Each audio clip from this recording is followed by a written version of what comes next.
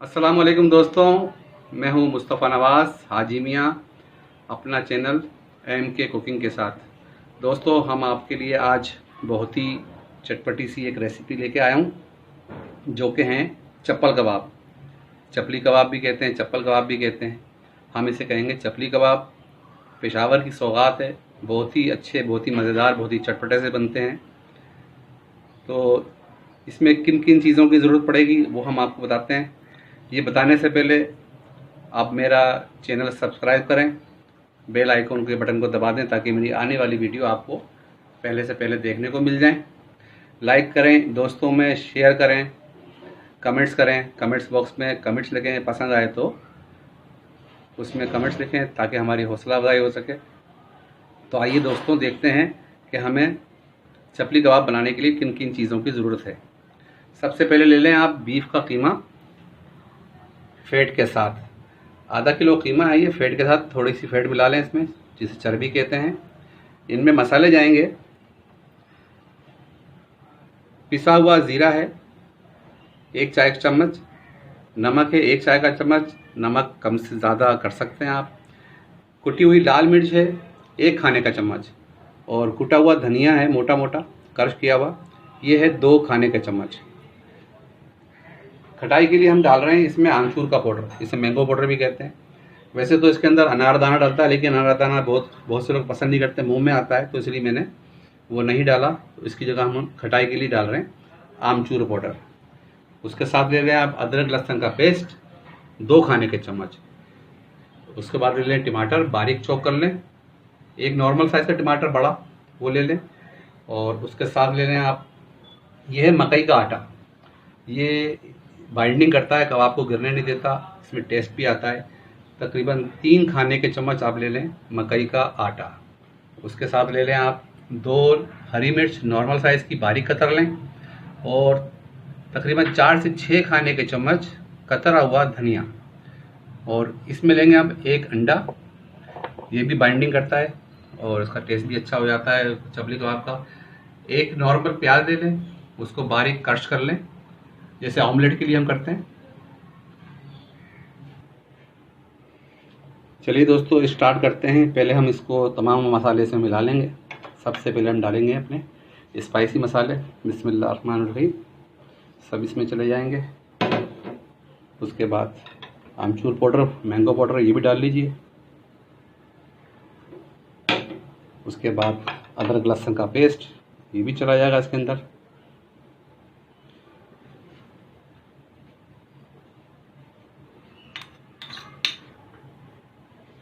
अब इसे हाथ की मदद से अच्छी तरह मिक्स करेंगे हम। मिक्स ज़रा अच्छी तरह करेंगे ताकि ये मसाला इसमें अच्छी तरह से लग जाए।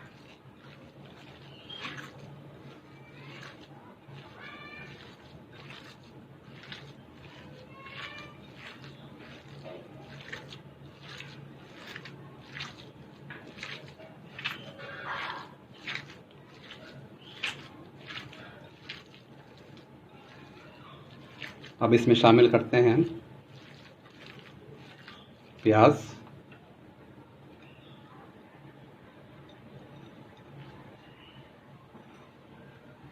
इसके साथ आप अच्छी तरह मिक्स करेंगे हम।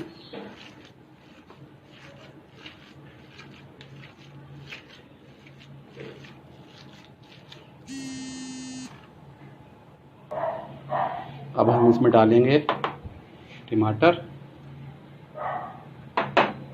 धनिया, हरी मिर्च,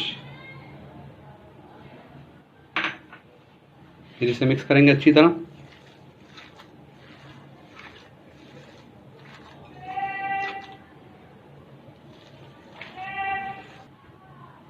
अब हम इसमें डालेंगे मकई का आटा,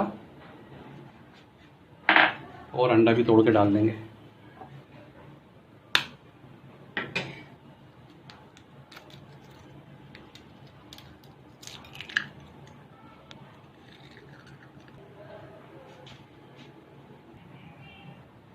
अब इसको मिक्स करेंगे इसके साथ।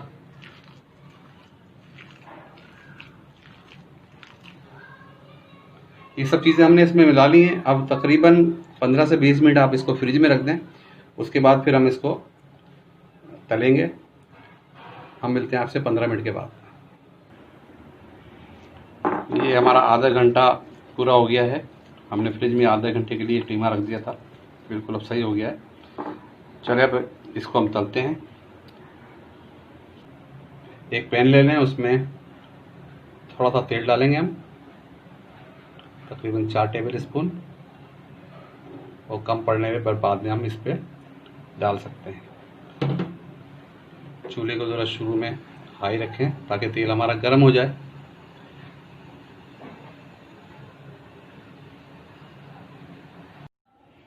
आइए अब इनके कबाब बनाते हैं।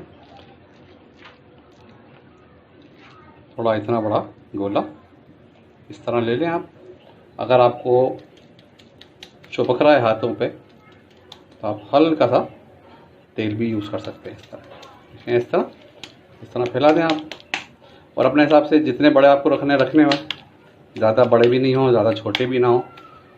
तो ये इस तरह चप्पल की शेप की तरह बनते हैं। ये देखिए, बस हो गया ये।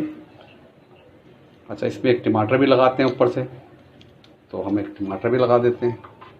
बाकी हम बगैर टमाटर के इस तरह कबाब बना लें आप सारे। पहले उस पर टमाटर चाहें तो लगा लें, या ना चाहें तो टमाटर ना लगाएं। अब हम इसको तलते हैं। एक एक करके रखेंगे, ऐसे रखते हैं। तेल बिल्कुल हल्का डालें। आपके पास तवा हो, नॉन स्टिक पैन हो, ऐसे एक एक करके हल्की आंच पर सुर्ख होने तक। पहली साइड हम तकरीबन 8 से 9 मिनट रखेंगे ताकि अच्छी तरह सिक जाए। फिर हम इसको पलटेंगे।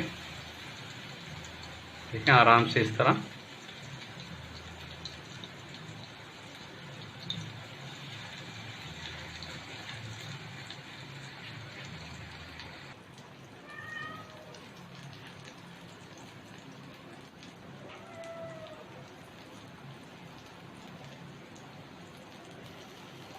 इसकी एक साइड अब सिक गई। अब इसको पलटते हैं हम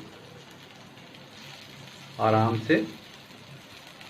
इस तरह एक चमचे की मदद से दूसरा चमचा साथ लगा के इस तरह पलट लीजिए, और फिर दूसरी तरफ भी तकरीबन हम 6 से 8 मिनट, या जैसा आपका चूल्हा है उस हिसाब से आप देख लें, ताकि जले भी नहीं, ज़्यादा सुर्ख भी ना हो, ज़्यादा काले भी ना हो।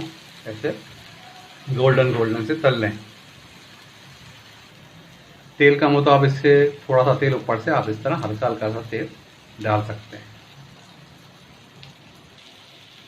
ये देखें, बिल्कुल तैयार हो गए। ये दोनों तरफ से क्रिस्पी से नज़र आ रहे हैं, गोल्डन से। अब हम इसे डिश आउट करते हैं।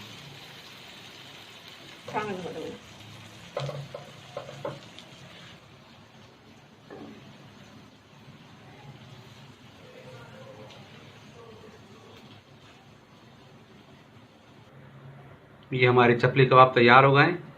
दोस्तों, आप लोग इसको ज़रूर ट्राई कीजिएगा। जब पसंद आए तो कमेंट बॉक्स में कमेंट ज़रूर लिखिएगा। इंशाल्लाह ताला बहुत जल्द एक नई रेसिपी के साथ आपके सामने हाजिर होंगे। जब तक के लिए अल्लाह हाफिज़।